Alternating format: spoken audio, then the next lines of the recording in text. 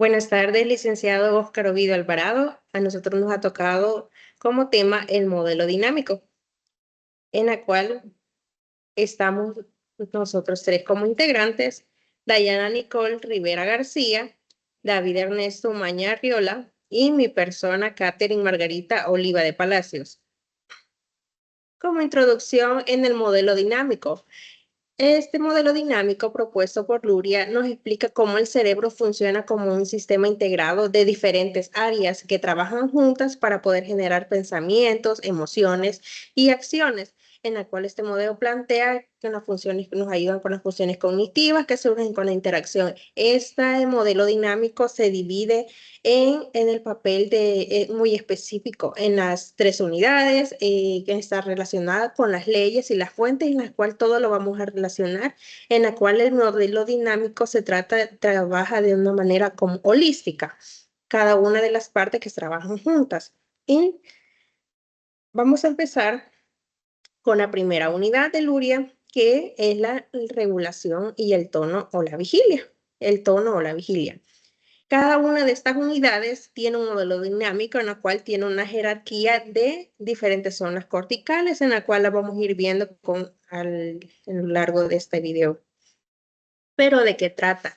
Esta es la que permite que estemos despiertos, atentos, preparados para procesar la información.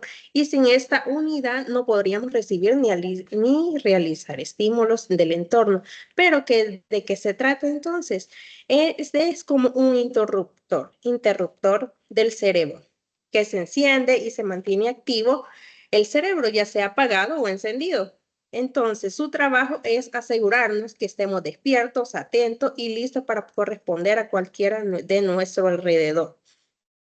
Un botón de encendido nos mantiene funcionando como una computadora, ¿verdad? Sin que se apague o se encienda sola, sino que es automáticamente. Depende de cómo funcionan cada una de las unidades que vamos a ver. Pero ¿dónde se encuentra esta primera unidad?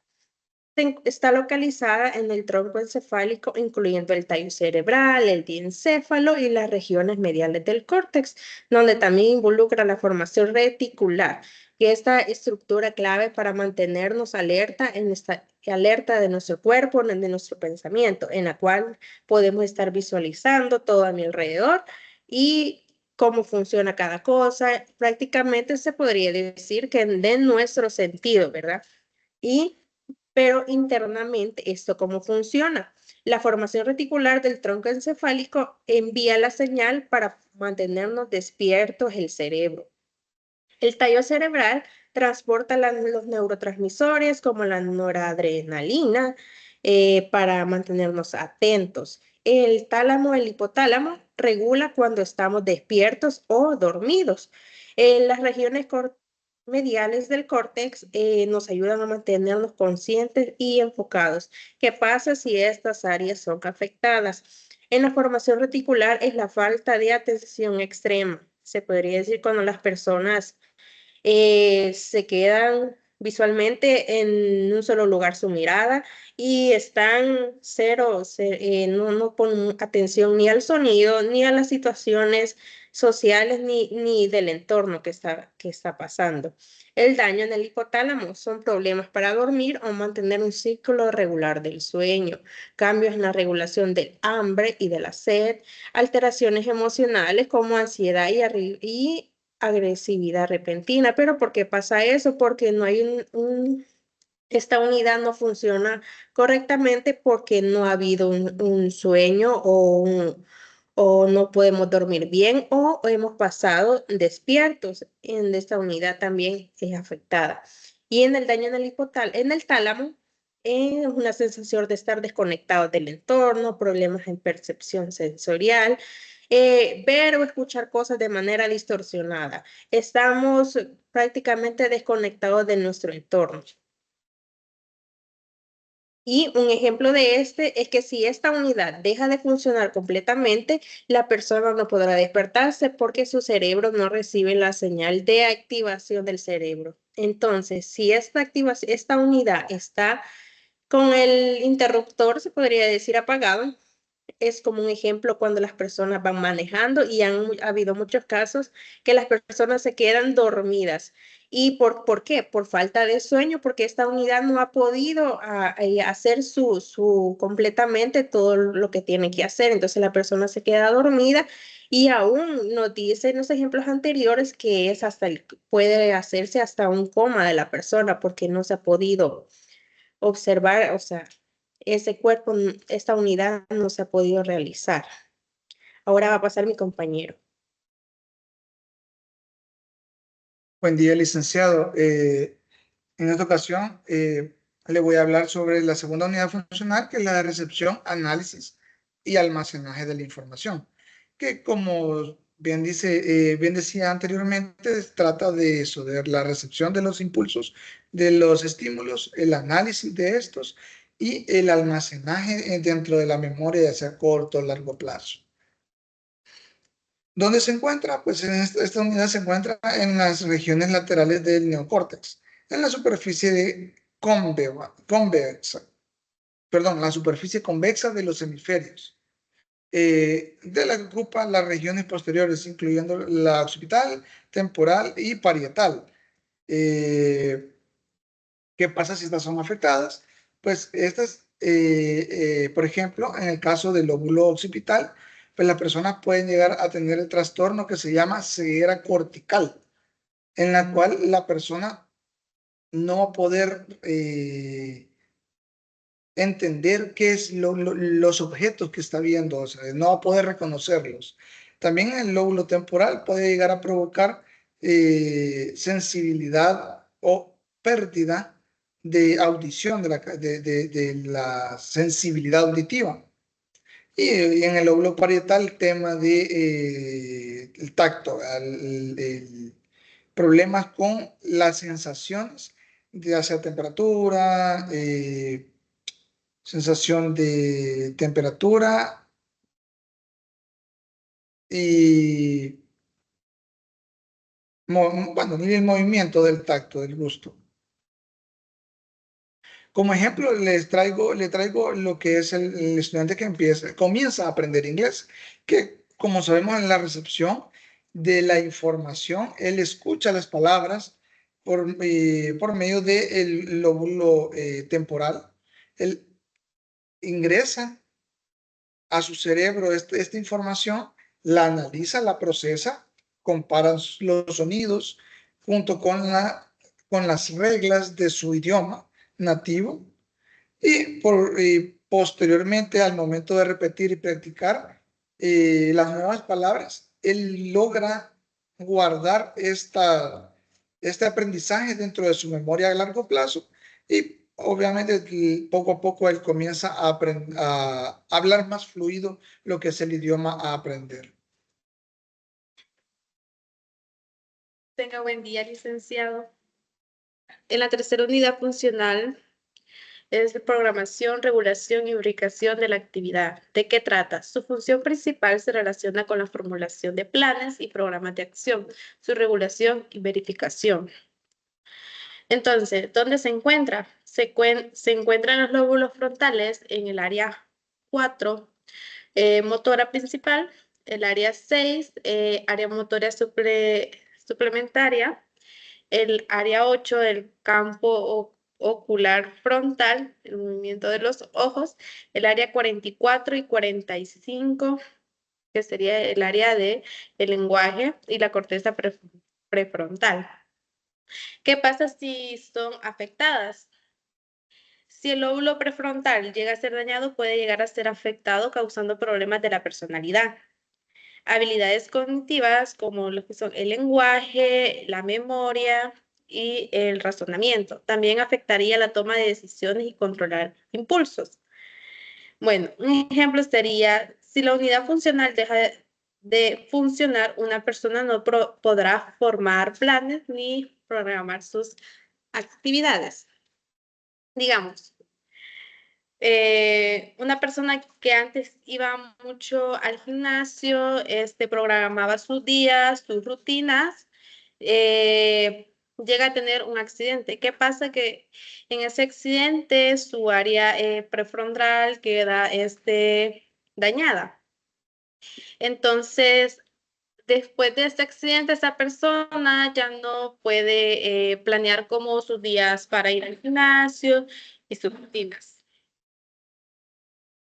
Entonces, están las tres leyes del modelo dinámico. La primera ley es la ley de la estructura jerárquica de las zonas corticales. La segunda ley es la especialidad decreciente de las zonas corticales jerárquicamente organizadas que la componen. Y la tercera ley es la ley de lateralización progresiva de las funciones.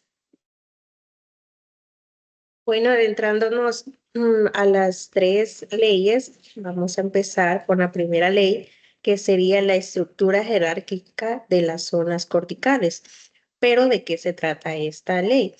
Esta ley explica que el cerebro está organizado en tres niveles de procesamiento. Sería el área primaria, la secundaria y el área terciaria. En la primera se encarga de la proyección. Recibe la información sensorial que envían órdenes motoras, en la cual la proyección, un ejemplo, cuando recibimos que teníamos que hacer esa tarea de este video, ahí proyectamos que recibe la información, recibimos la información sensorial y que envió órdenes. Entonces, de ahí sigue el área secundaria, que es la proyección y la asociación, en la cual analizamos e interpretamos la información de cómo, qué vamos a hacer, cuándo lo vamos a hacer. Analizamos y después seguía el área terciaria, en la cual es la superposición, que integra la formación de varias áreas complejas. ¿De qué se trata esta? Como el ejemplo en el que estábamos hablando del video, en esta área terciaria ya hacemos las reacciones complejas, las tareas complejas.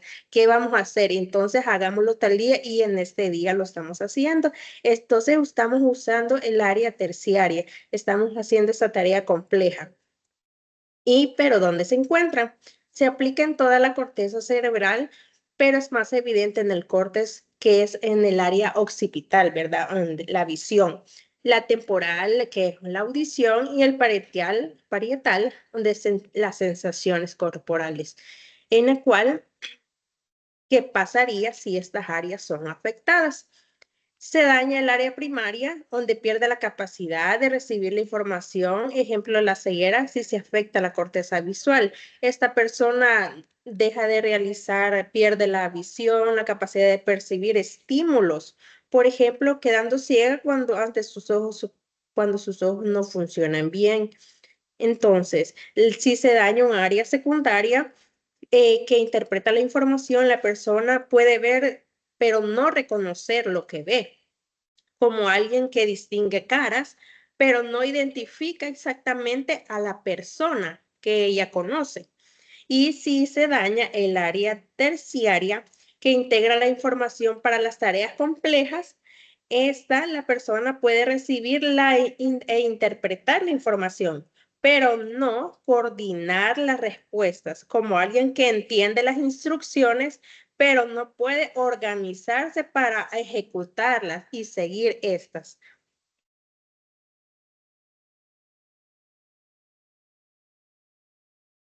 Bueno, voy a seguir con la segunda ley de especificidad decreciente. Como bien lo dice, es cuando, bueno, es entre más profundo vaya dentro de las áreas sensoriales el estímulo, la especificidad del área disminuye. Es decir, voy a poner un ejemplo.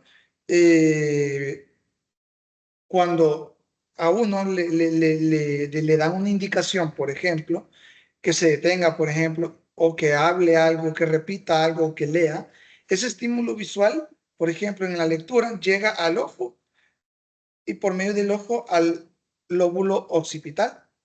Dentro del lóbulo occipital entra primero al área primaria, que es el que recibe en tiempo real la imagen, luego pasa a la secundaria, y ya cuando va a la terciaria ya comienza a dividirse el estímulo y a generar comunicación con otras áreas.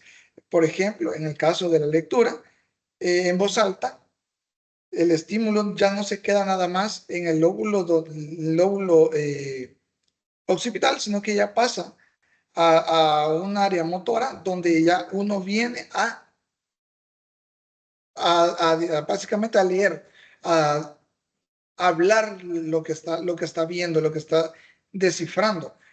En el caso de las áreas, al momento de ser afectadas, por ejemplo, en el área depende cuál sea la afectada, así va a ser o se va a reflejar los daños en el analizador específico, ya sea visual, auditivo, táctil, ya sea en el caso visual en el lóbulo occipital, en el auditivo en el lóbulo temporal o en el táctil en el lóbulo parietal. Y si la lesión ocurre en el área terciarias, producirán diferentes trastornos relacionados con la síntesis de varias modalidades sensoriales.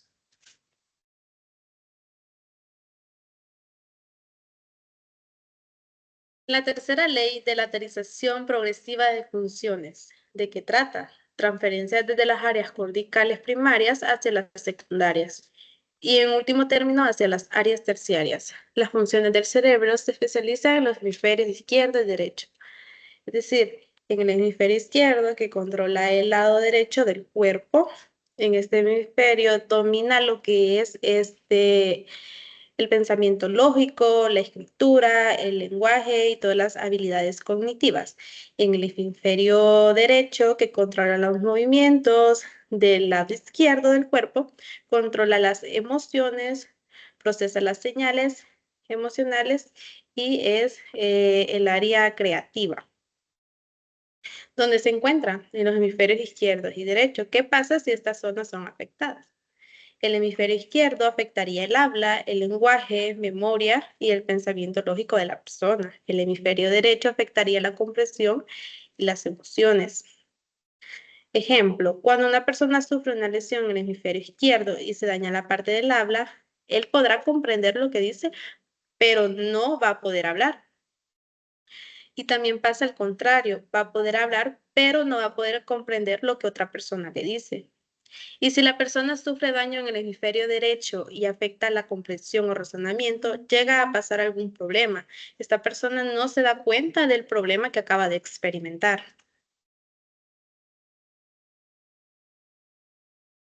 Bueno, vamos a seguir con la primera fuente de activación, que es la economía interna de procesos metabólicos como la homeostasis. ¿Pero en qué consiste esta activación? Mantiene el equilibrio interno del cuerpo que se encarga de regular las funciones vitales como la respiración, la digestión, la temperatura corporal, la liberación de hormonas, en la cual esta mantiene el cuerpo estable y en equilibrio. Esta regulación es automática del organismo porque se conoce como la homeostasis. ¿Por qué? Porque esta nos permite sobrevivir sin tener que pensar en cada función de nuestro cerebro, de nuestro cuerpo, en cada una de las que se ejecutan, sino que se realice automáticamente. Pero un ejemplo sencillo es, no tenemos que pensar en respirar o mantener la temperatura de nuestro cuerpo, sino que automáticamente esto se acopla, depende al ambiente donde esté, donde nos encontremos. ¿Y dónde se encuentra? Se encuentra en el hipotálamo, en la formación reticular y en el sistema límbico y tallo cerebral.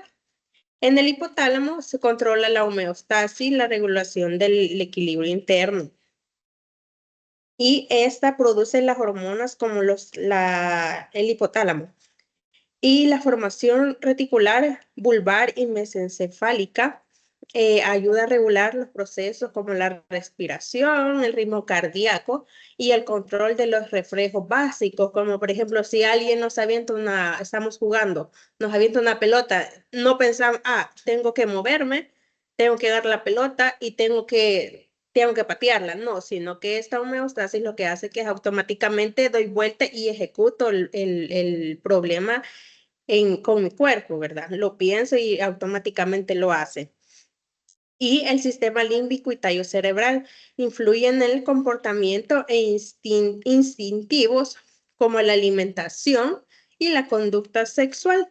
Pero ¿Cómo vemos esto? Entonces, el deseo y la conducta sexual no son solamente reacciones emocionales, sino que están regulados por el cerebro a través de la homeostasis y la activación del sistema con sistemas específicos, ¿verdad?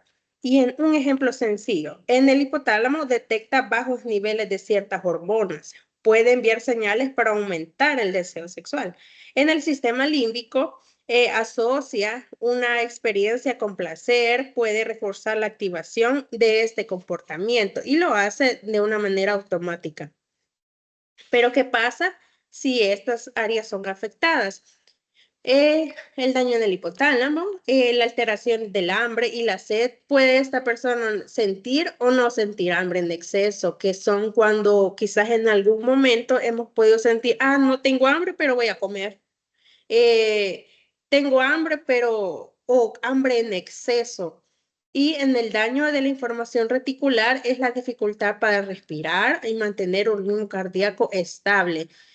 Quizás es cuando nos sentimos agitados. Y esta ley, esta fuente no regula de la manera rápida como debe de ser.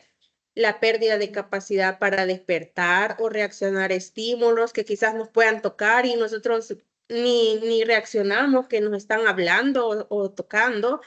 El daño en el sistema límbico, que son las alteraciones de la conducta instintiva, la falta de la respuesta al hambre o a las necesidades biológicas básicas, porque es un instinto básicamente automático que nuestro cuerpo realiza.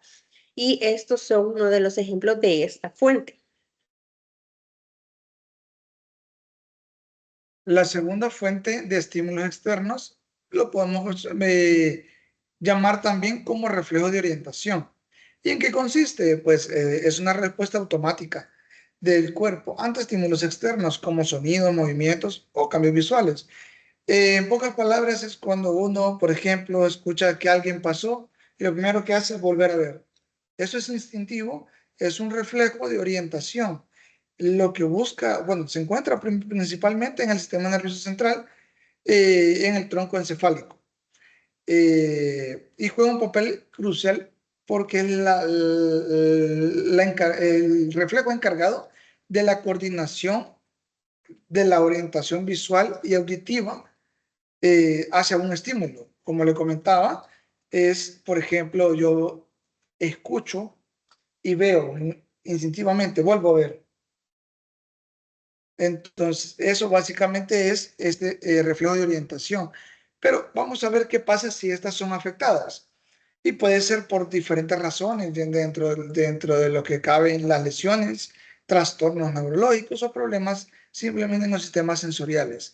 Y entre las consecuencias está la dificultad para detectar amenazas, puesto que este reflejo nos ayuda a detectar, es decir, si yo escucho, por ejemplo, que alguien gritó por allá, que viene hacia mí un peligro, inmediatamente vuelvo a ver.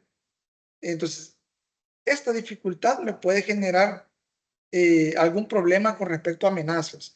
Problemas en la concentración, puesto que no logro concentrarme debido a el estímulo, lo perderé rápidamente al centrarme en tareas que requieren atención selectiva. Y la respuesta retardada o inapropiada es cuando el reflejo está afectado, pero no está del todo dañado, en el cual la persona puede reaccionar inadecuadamente a ciertos estímulos, de forma lenta, de forma no óptima para las situaciones de peligro o situaciones importantes que pueda tener.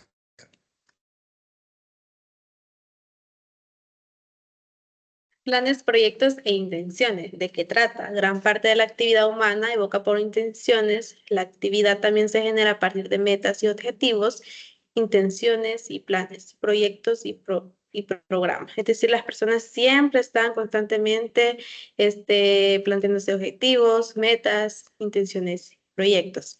Involucra a la corteza prefrontal que formula planes y regula la conducta. ¿Dónde se encuentra? En la corteza prefrontal, áreas primarias y secundarias, formación reticular, tálamo, tronco cerebral, archicórtex, conexiones córticos y reticulares. ¿Qué pasa si son afectadas? En el área prefrontal, problemas de planificación, es decir, una persona, digamos, una persona que no ha sido afectada, planifica, alguna, ¿verdad? Este día voy a estar vestida así a tal lugar. Entonces, una persona que ya es afectada, pues no lo va a planificar. Dificultades para tomar decisiones, impulsividad y trastornos en la capacidad para formar metas y objetivos en las áreas primarias o secundarias puede afectar habilidades motoras. También alteraciones en el sueño y la vigilia. En las conexiones córtico-reticulares afecta la formación de metas y proyectos. Ejemplo, una persona que antes de un accidente era activa, le gustaba ir a montañas, cerros, planear fiestas, pero ¿qué pasa cuando ocurre un accidente? Digamos un accidente y le afecta el área prefrontal. Pues esta persona ya no puede planificar las fiestas que planificaba antes, ya no puede ir a montañas porque ya no lo planea, ya no toma decisiones, ya que el área prefrontal ha sido afectada.